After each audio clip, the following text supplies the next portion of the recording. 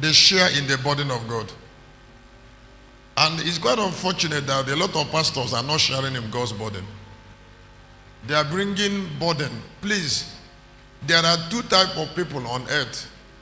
There are those that bring burdens to God frequently. And then there are those who partner with God to solve people's problems. They are the best.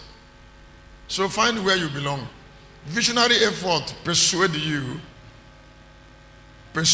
to share burden. When Jesus came, God wanted redemption, but spirit cannot redeem man. A spirit can't redeem man. So what Jesus did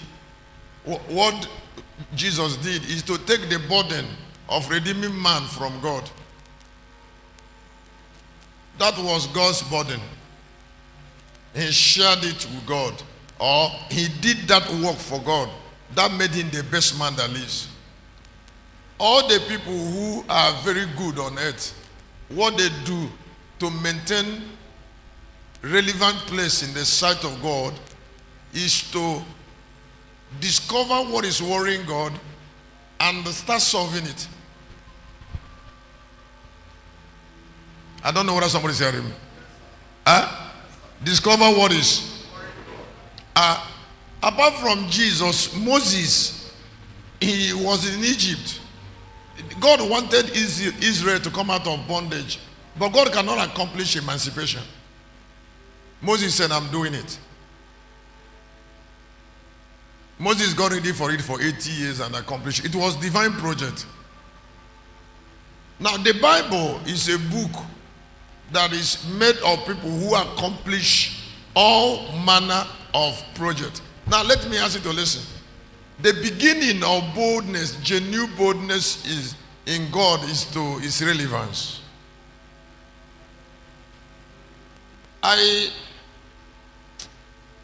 That God answered my prayer doesn't make me enthusiastic as being useful to God. Let me say it again. I said it doesn't make me very happy to keep on talking about how God answered my prayer. It makes me very happy to talk about how God used me to solve a problem that God would have solved.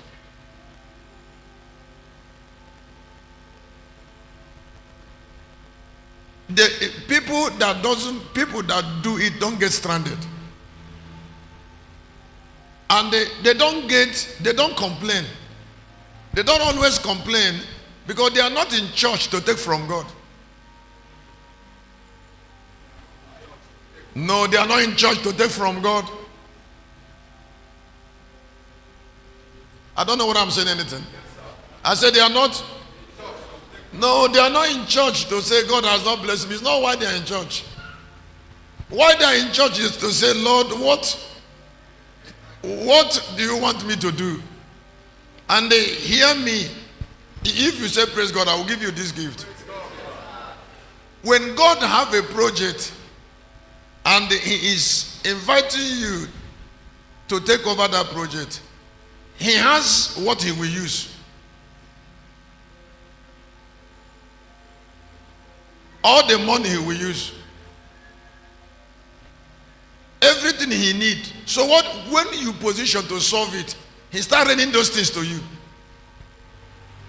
I don't know whether you're hearing me. He wants to build a church somewhere and he's saying, I want somebody to stand between me as the building committee chairman. He's not asking you to bring the whole money. He wants you to stand. If he doesn't have money for that project, he will not involve you. So it's not about bringing money, it's about being a channel.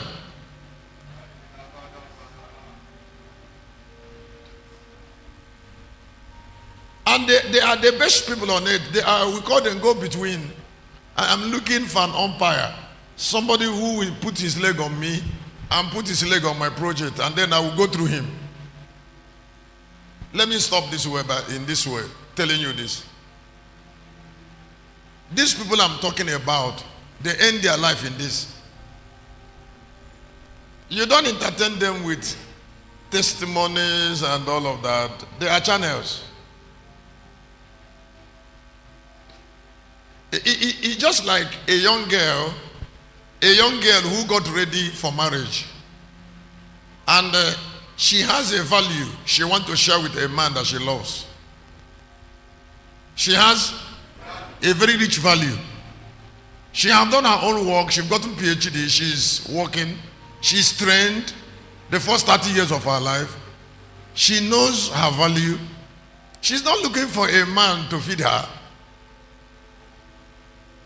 There are two different kinds of women. I said she's not looking for. No, she's not looking for a man that she will tell every problem. No, there are women like that. When you meet her, you marry her value.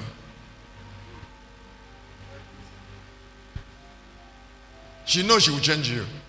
She already know. Huh? I said she will know. She know it in her heart that if she come into your house, you will change. She's not going to change you by the food you're giving her. She came into your house with something that she got ready for. Things that are not common, that are not with women. They are different from somebody who is looking for somebody who will feed him.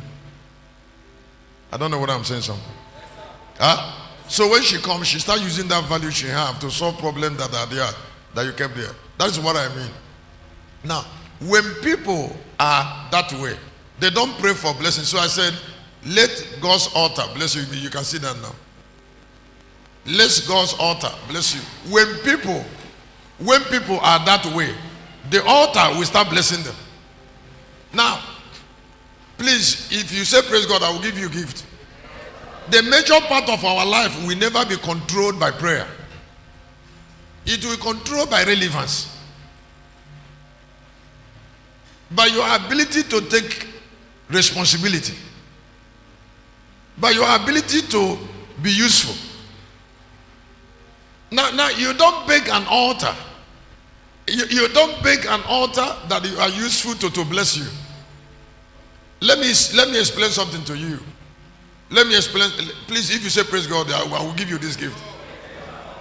The most frustrated people on earth are people who are jumping from one church to another church, looking for blessing people kept in an altar to take, and jump out. Did you hear what I said? I said people